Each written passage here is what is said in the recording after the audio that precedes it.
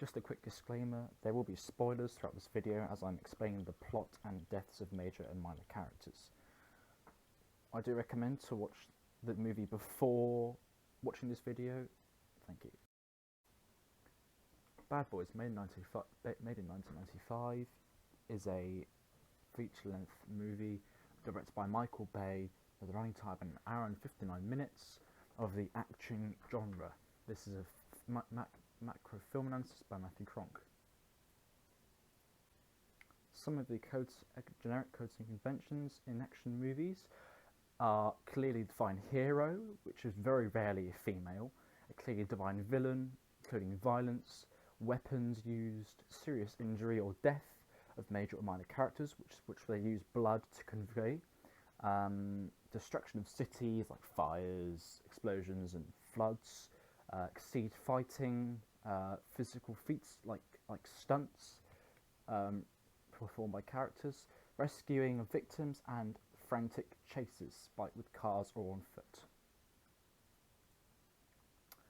The first use of conventions, which happens 5 minutes into the movie. The first kill is made by Fuchet, which is the main villain. He shoots a fake security guard, which was meant to distract other people. So he uses a code, which is the gun and blood, to connote that he is dead on his blue shirt. He gets launched out the doors while the car is speeding up. This kill is later supported by many police cars showing up after he calls a fake 911 to distract them, while part of his gang robbed the police department of a $100 million career bust of heroin, which Mike and Marcus recently did.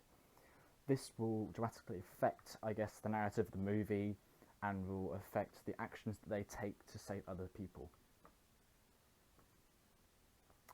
Some of the codes, conventions used throughout the film is hand-to-hand combat between heroes and villains, clearly shown by the images here, with Mike fighting the gang at the beginning of the movie. And there's obviously death at the hand of the villains and obviously of the villains. Obviously sub-characters, main characters, and of supporting characters like Max, who helps them out with the police case. In the film, we see escape attempts from the villains, closely evading getting shot. This is obviously stunts, climbing on roofs, and intense chase scenes. This all happens within 28 minutes of the movie. There is a car chase towards the end, chasing Fuchet at the point where he gets killed and shot. A part where a sub-character that helps them figure out the plot escapes on the roof, as I explained in the beginning. There's a stunt where they climb across the roof in tiles and heels, which takes a lot of skill, and she makes a stunt to escape to the floor and jumps into a pool. Mike Lowry, black, confident, very masculine. This is all shown through his obsessive use of swear words and masculine posture. His ability to stay calm in a very stressful situation is amazing, while he can be a bit cocky at some points and he can be intimidating sometimes when he wants something. On the other hand, he's also a subversion of the stereotype because he's a black American. The thing is, black American men are very rarely the feature or main hero role in action films, especially in the years that this movie was made. Marcus Burnett. He is black, headstrong, careful and loyal. He loves his family and he loves his partner like a brother. It's just that he's too grumpy and mainly manly to show it. Now, Marcus is not a stereotypical character in this movie, however he is a direct opposite of Mike. This is because he seems to lack the confidence in life and has bad luck with women due to his marriage. Therefore, he comes across as being rather comedic than heroic. He is the opposite side of the coin to Mike. Fuchet. He is a violent, dangerous man with a large temper and a big gang with lots of power and control. He is stereotypically the villain, the mastermind behind the police, and he kidnaps Julie. This is all while keeping control of the money for himself. He is a very smart criminal, and one thing that I noticed is that when foreigners are often portrayed in American/Hollywood/action films, they are outliers to the bigger villain names, as they have foreign accents which can make you not want to trust them as it's set in America.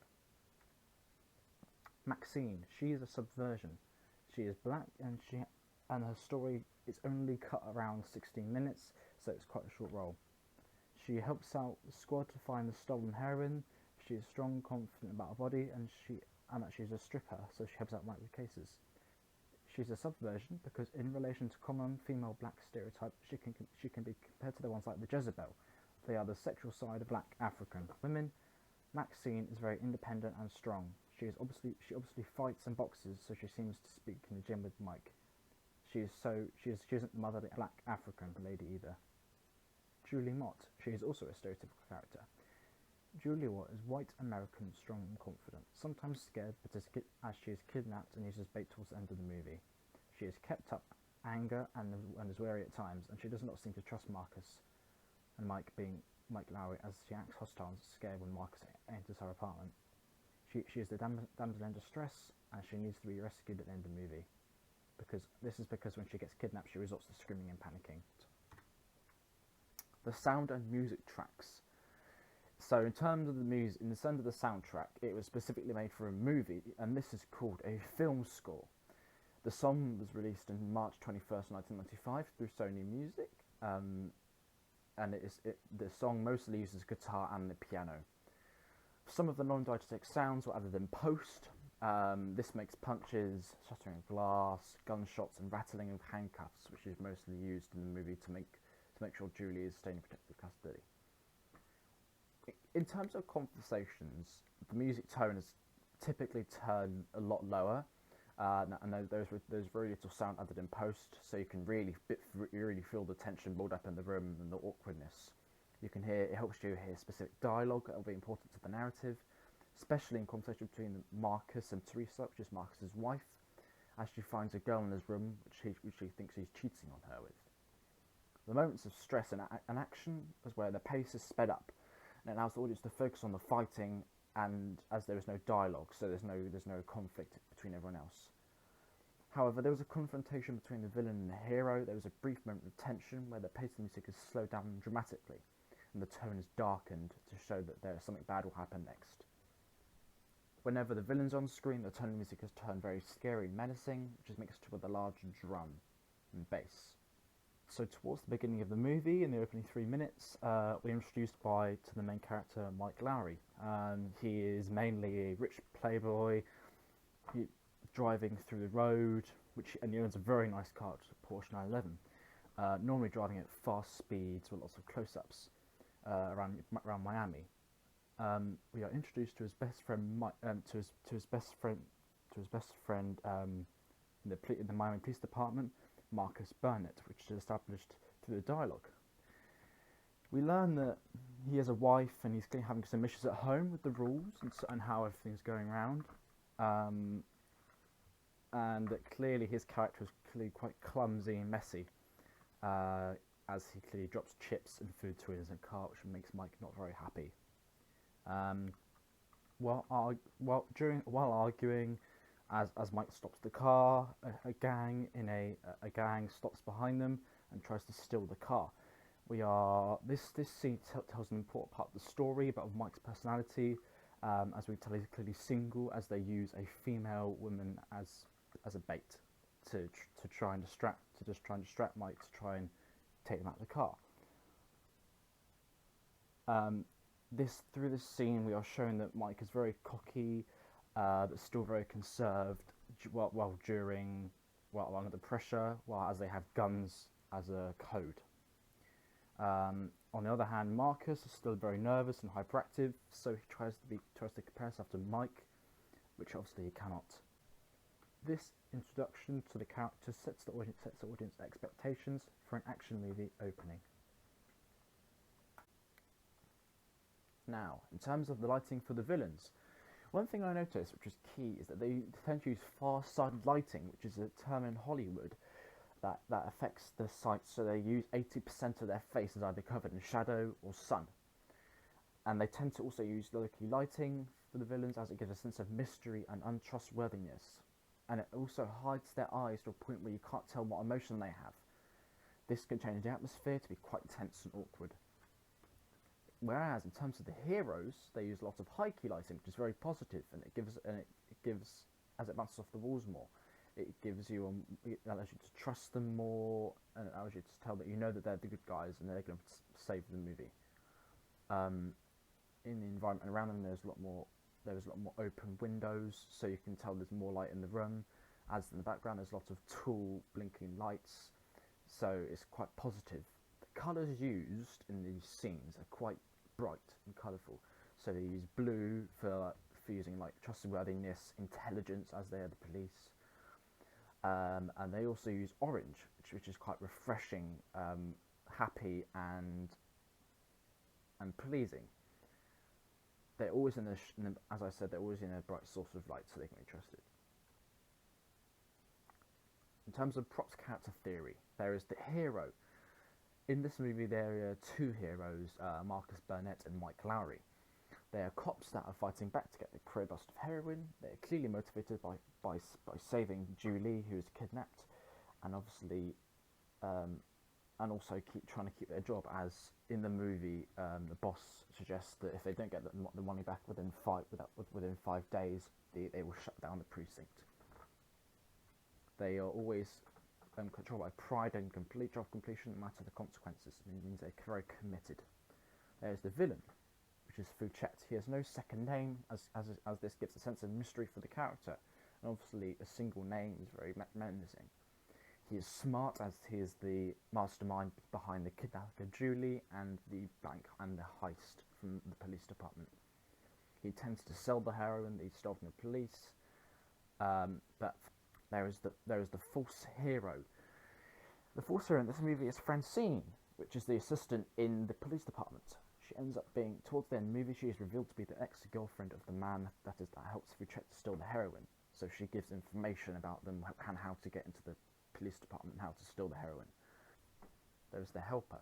The helper is the character that assists the hero in the quest of the movie. There's two helpers, Francine and Julie Mott.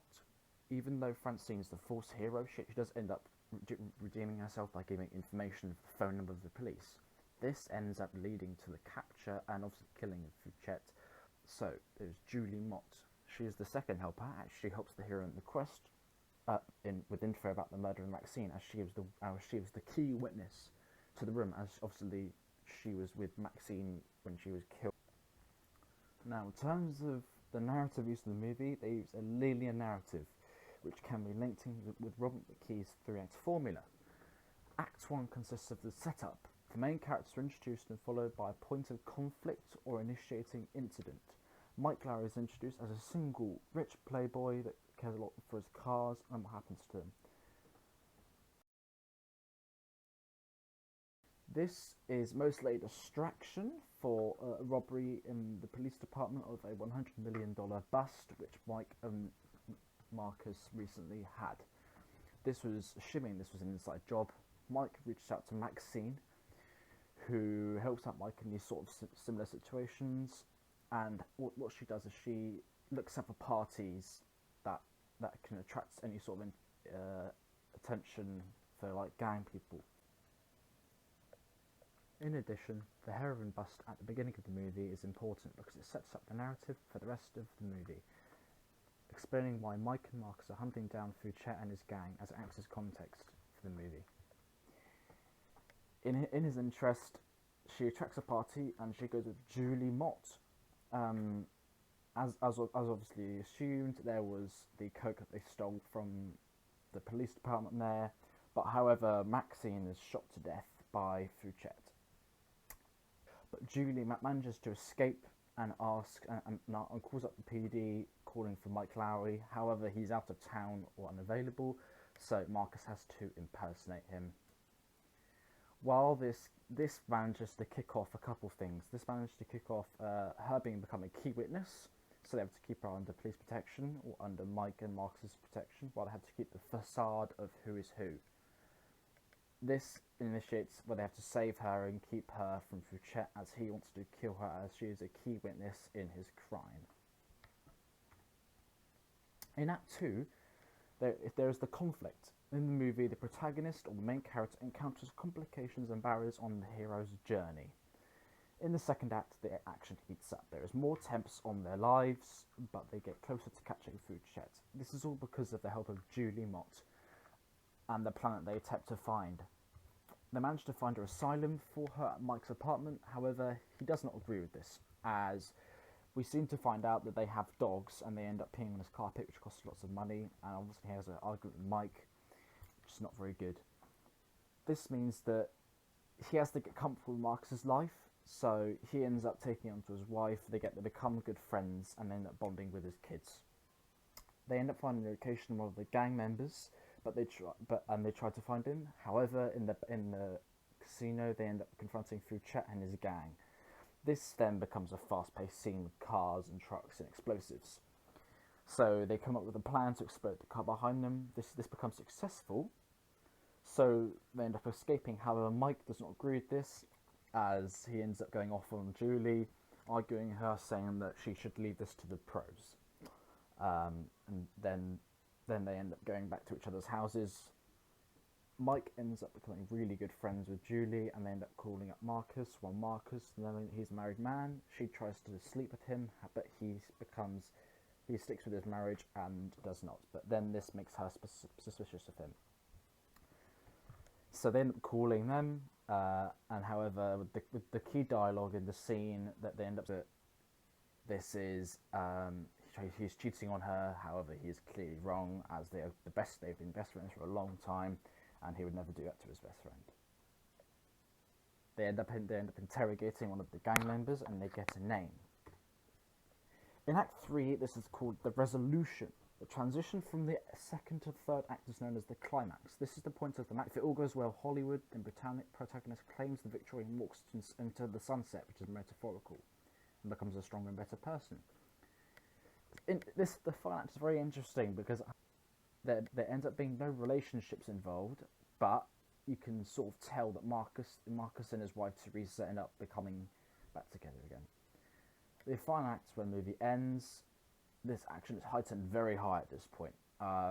They're motivated, they have many things to get back. They end up getting a name, however, the big boss asks them to drop the case because they've gone too far, so they're giving it to another gang. But however, the captain disagrees with this, and he says, "I can't just leave this case unsolved." So they end up saying, "Do whatever you need to do and get this done."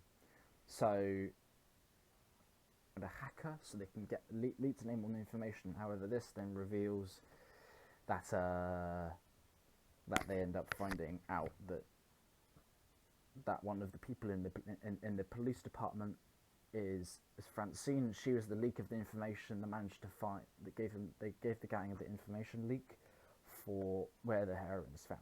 However, she redeems herself, as I said earlier in one of the PowerPoints, that she gives them the number. This then leads to them finding the location of the dealer. However, Fouchet ends up killing the dealer who wants to buy the heroin from him, so he betrays him. This is where the final scene happens with the action.